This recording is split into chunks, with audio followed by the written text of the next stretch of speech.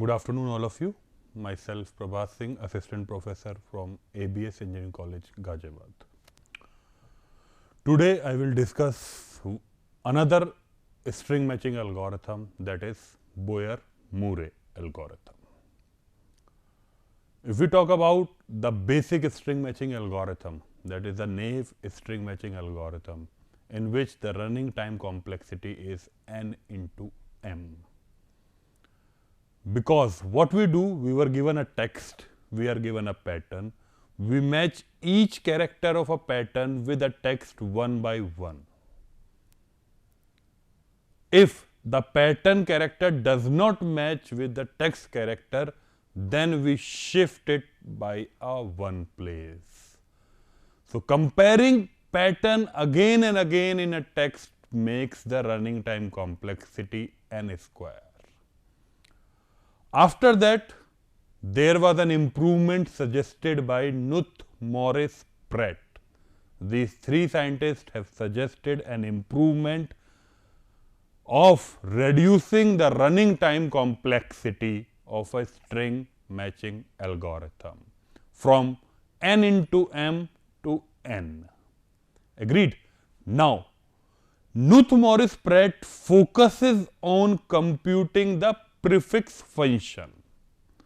With the help of prefix function, Knuth, Morris, Pratt algorithm avoid comparing of those elements of a pattern with the text where we can directly shift the pattern rather than shifting it one by one. We can shift the pattern with the help of a prefix function. मतलब ये कि अगर मेरे पास एक pattern की length 6 है और जब मैं उस 6 के 6 को टेक्स्ट से मैच करूंगा और उस 6 में कोई कैरेक्टर ऐसा है जो टेक्स्ट में एग्जिस्ट करता ही नहीं है उस 6 की स्लैब में, तो rather than shifting it one by one we shift the whole slab with the help of a prefix function. Agreed? Now, there is another improvement, that is a Boyer-Moore algorithm suggested by the Boyer and Moore scientists. They suggest that we will compare the elements from the last position. What is the meaning of this? That initially अगर मेरे पास एक text given है 20 characters का, pattern given है 6 characters का, what we do? पहले से पहला, दूसरे से दूसरा, तीसरे से तीसरा, चौथे से चौथा, पांचवें से पांचवा, छठे से छठा मैच कराए. मैच नहीं हुए, हम बिट एक एक शिफ्ट करते रहे. This is standard, that is n into m. अब अगर बीच का कोई कैरेक्टर मैच नहीं हो रहा और पूरे स्लैब को शिफ्ट कर रहे हैं, that is a prefix function using Knuth, Morris, Pratt. Now what Boyer-Moore suggested, rather than comparing the element from left to right, this Boyer-Moore compares the element from right to left plus also computes a prefix function, that is a last character function, which is used to jump the characters. That is two additional cheese Boyer-Moore has done. One, rather than comparing the characters from left to right, it compares the character from right to left. And second, as Knuth, Morris, Pratt uses prefix function to jump the whole slab of the pattern, this Boyer-Moore algorithm uses a last character function to jump the slab in order to avoid spurious comparisons. Right? Now, first we will see the Boyer-Moore algorithm basic concepts, and then we see the examples of Boyer-Moore algorithm. Right? So, Boyer-Moore algorithm was invented by famous scientists Robert Boyer and J. Statham Moore in 1977. Right? The Boyer-Moore string matching search algorithm is a particular efficient algorithm and has served as standard benchmark for string matching. Right?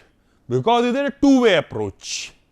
One is comparing the characters from right to left, and another is having a compute function, that is a computing last function, which is used to jump the pattern in order to avoid spurious hit while comparing the pattern with the text. Right? So, the Boyer-Moore algorithm takes a backward approach. Agreed? Now, the pattern string is aligned with the start of the text string and then compares the character of a pattern from right to left beginning with the rightmost character. This is what I was talking about. Right?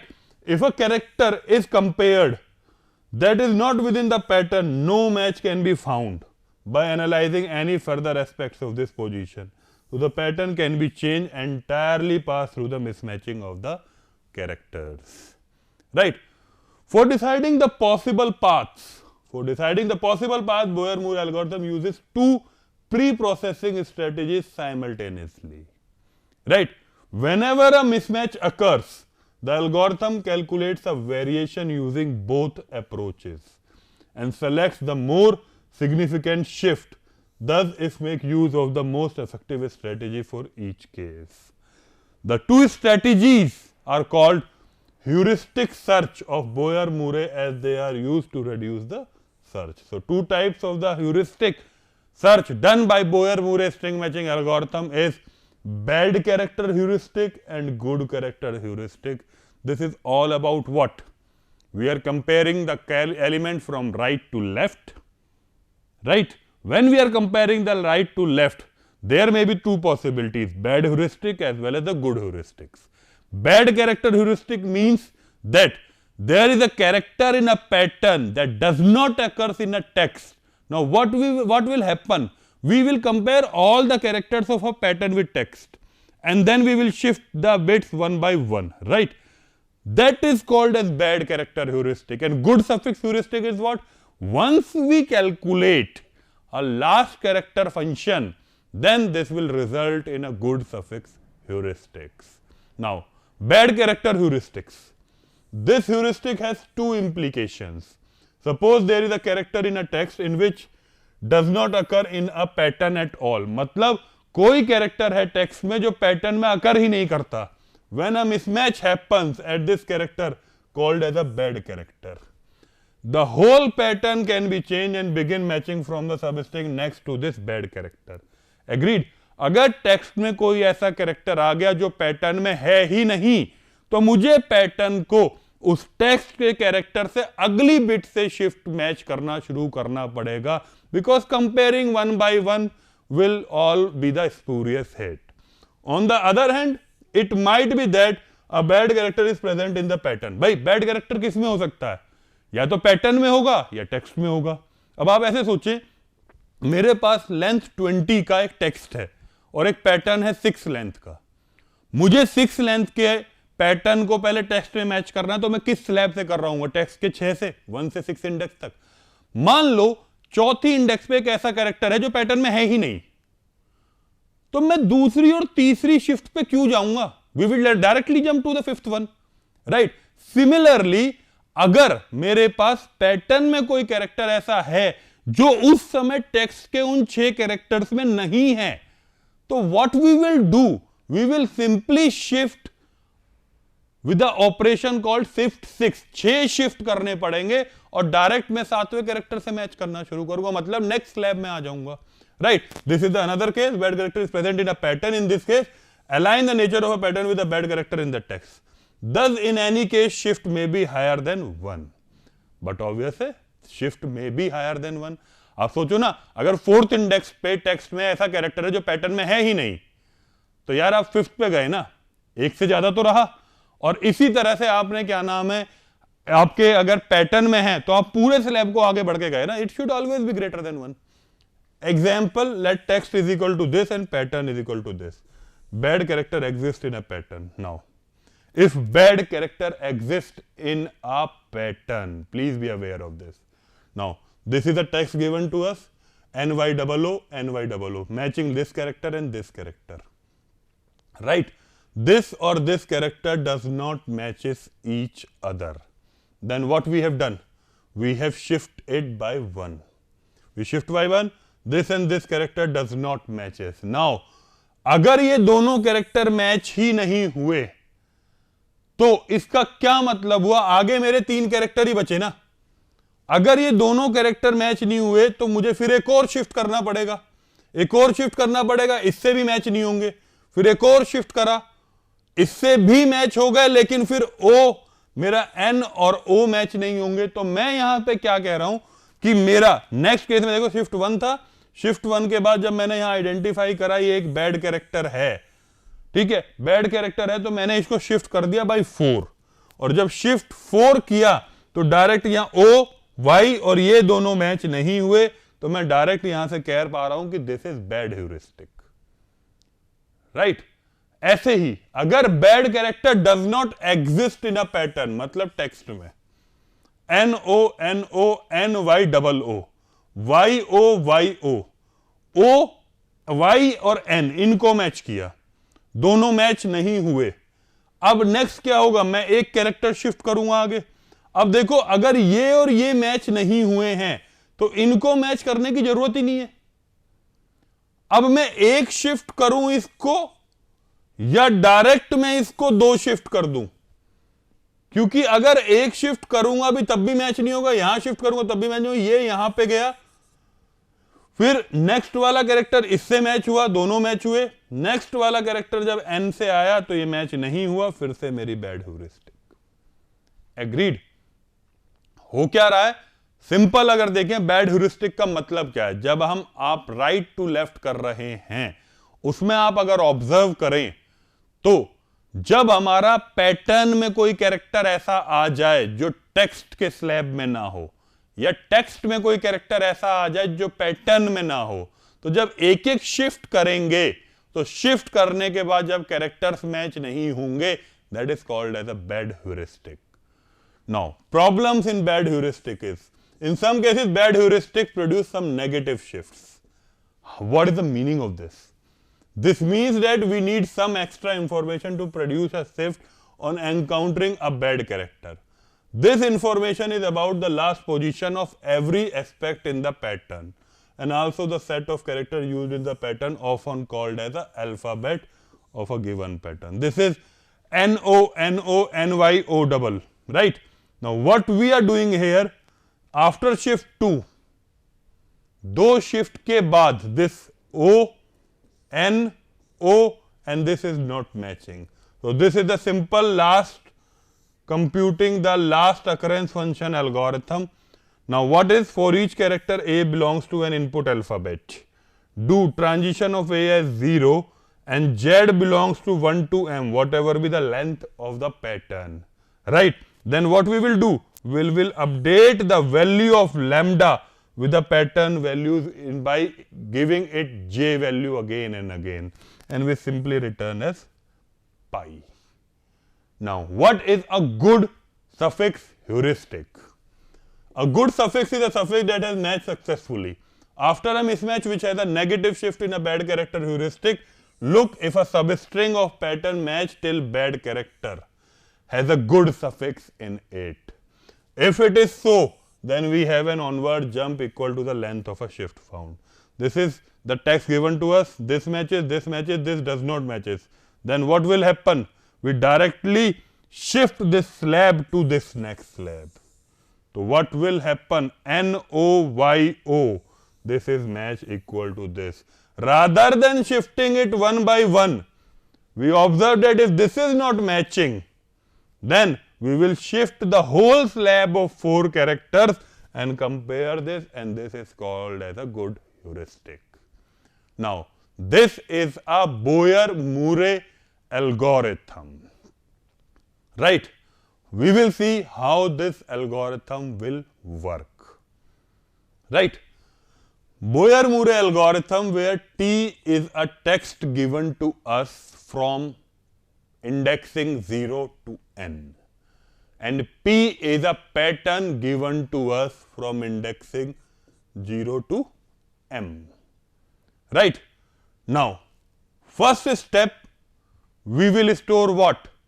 N contains length of a text. Second step, M contains length of the pattern, right?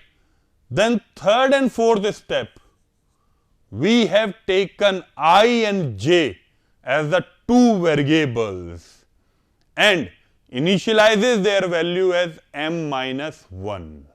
That is, set I and J to the last index of P, right?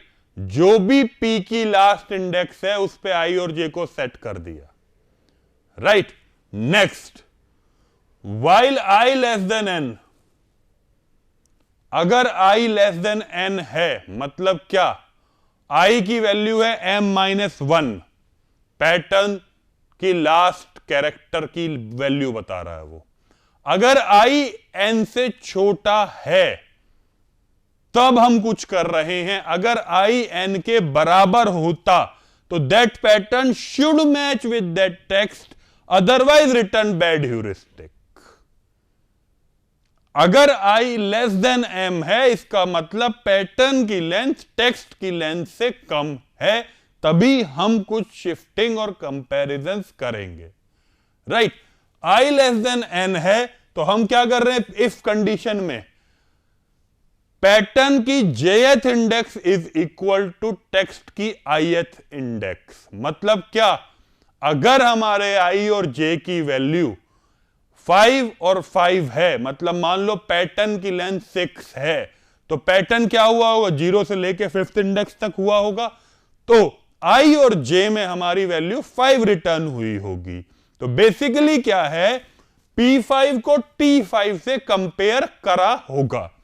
अब अगर P5 और T5 दोनों बराबर हो भी सकते हैं और नहीं भी, अगर P5 T5 बराबर हैं तो क्या करना है, और अगर बराबर नहीं है तो क्या करना है, वो आगे देखते हैं। If P5 T5 is equal to each other, then if J equal to 0, then return I।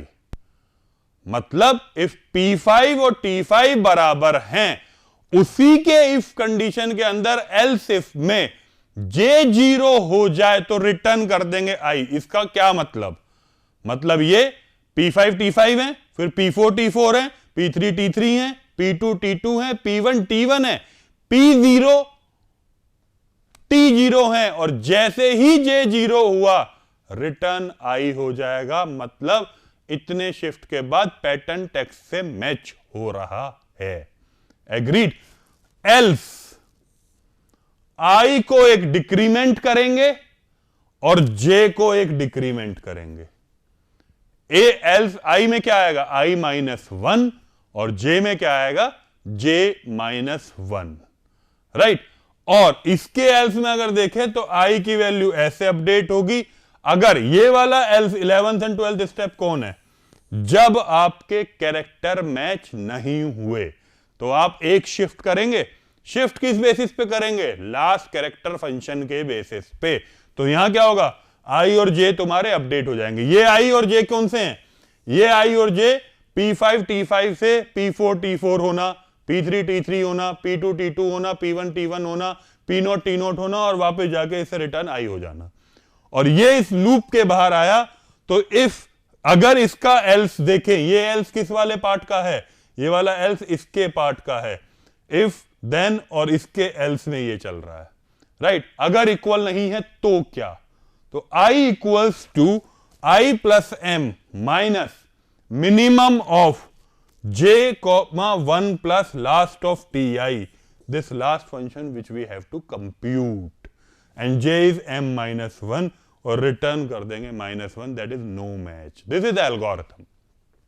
Right? Now I will see this with the help of an example. We are given a text this, we are given a pattern this. We will first build a last character table using where C represents a character from the T. Right?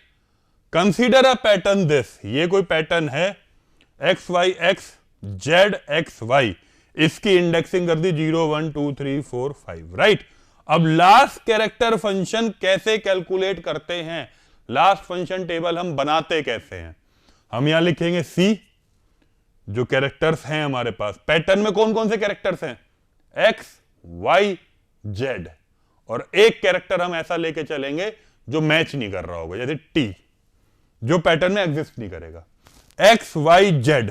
Right, x की last occurrence की index position क्या है, x की pattern में x की last index की occurrence की position क्या है, 4,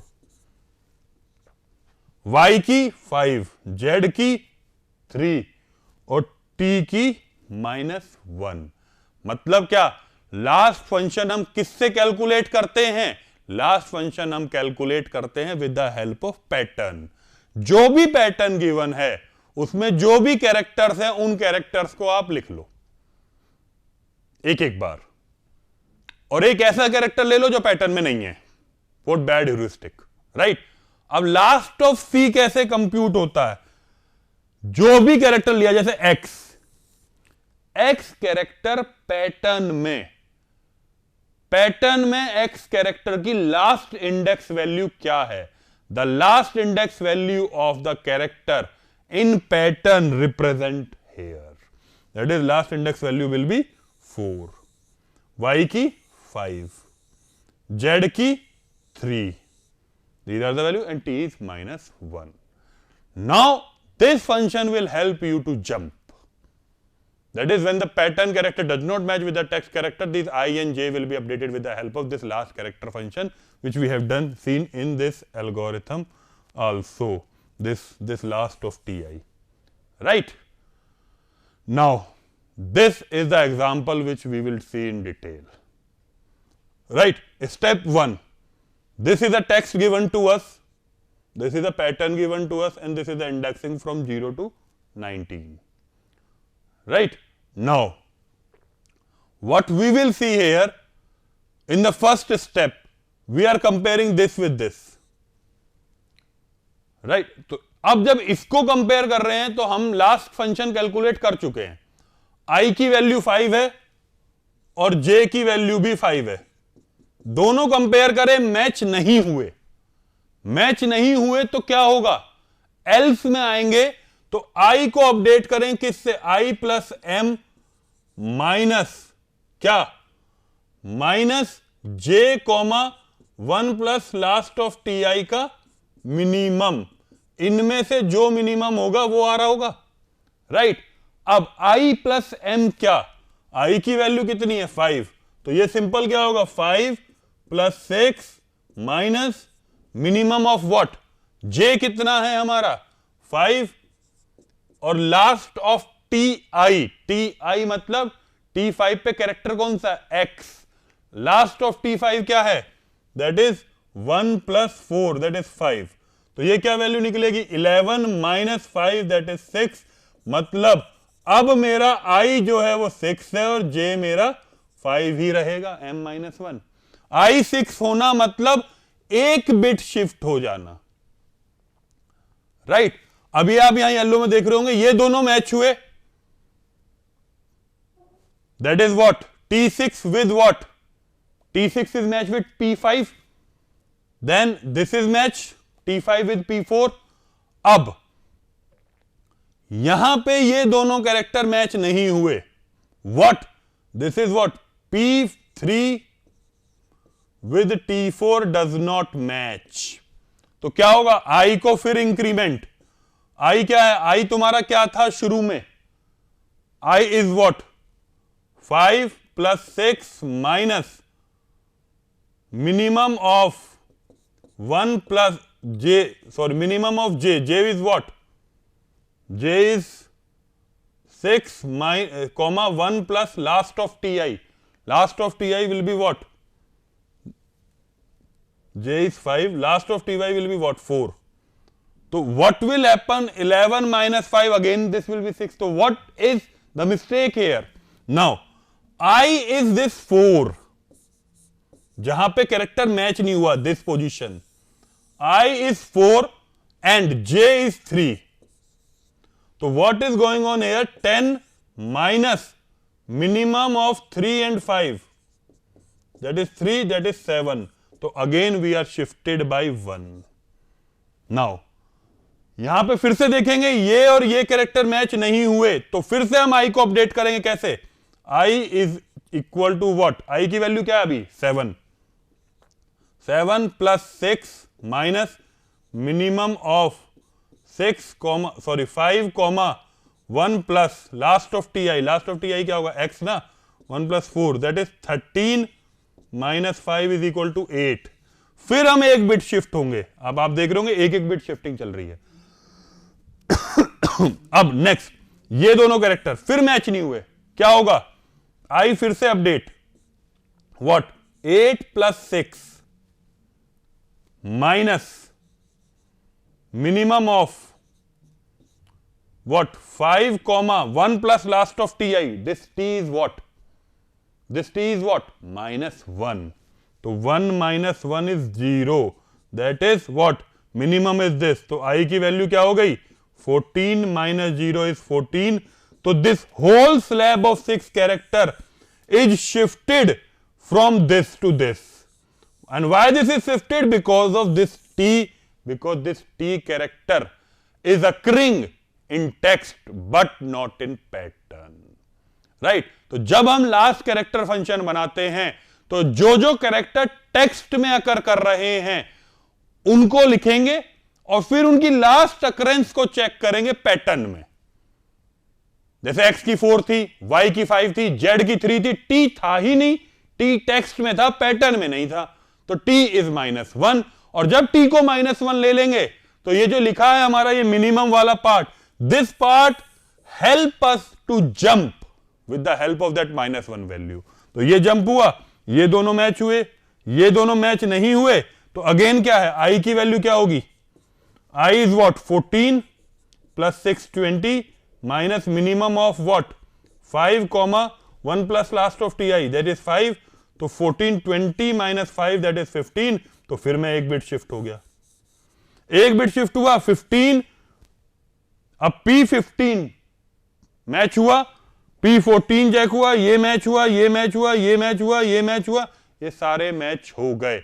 मैच हो के क्या हो रहा है, सबसे पहले अगर यहां से देखें तो क्या हुआ, हमारा T15 मैच हुआ P5 से, फिर T14 P4 से, T13 P3 से, T12 P2 से, T11 P1 से, T10 P0 से, और जैसे ही J0 हो जाएगा we will return a match I.